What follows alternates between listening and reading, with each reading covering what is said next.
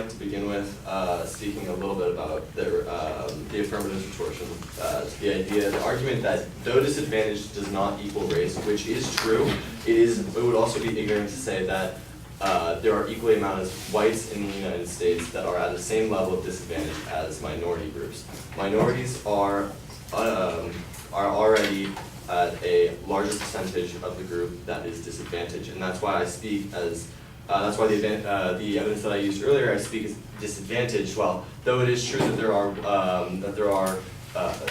members of the majority that are also disadvantaged, it would be wrong to say that that is completely inherent, that the fact that disadvantaged is not equal to race, and that ergo discrimination is not inherent to these practices. I'd also like to retort to their idea that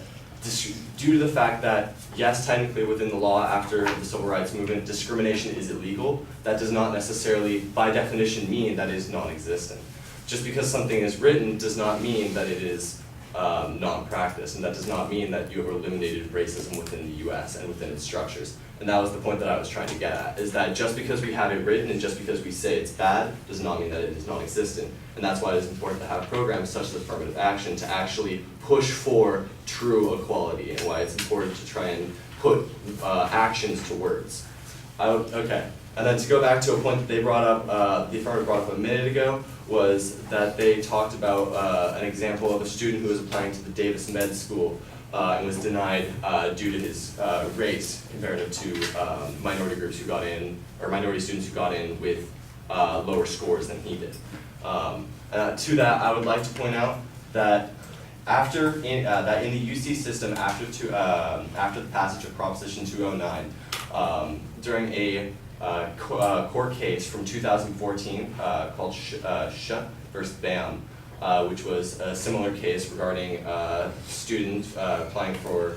or it was regarding students applying to, I believe, a UC business school again, and against affirmative action was the case. And the president of the UC system and the chancellors of the UC system filled out briefs stating that the UC's business schools, which play a crucial role in educating California's economic leaders, and consistently are consistently unable to enroll racially and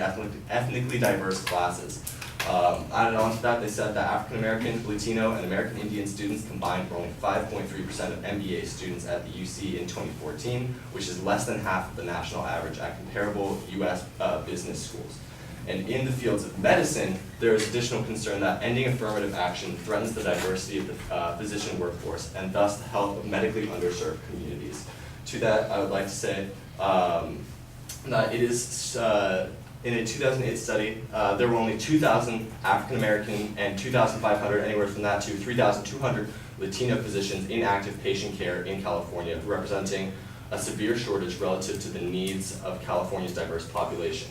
which is bad because African American and Latino physicians are more likely to practice in medically underserved areas, which is important for the health of these minority regions.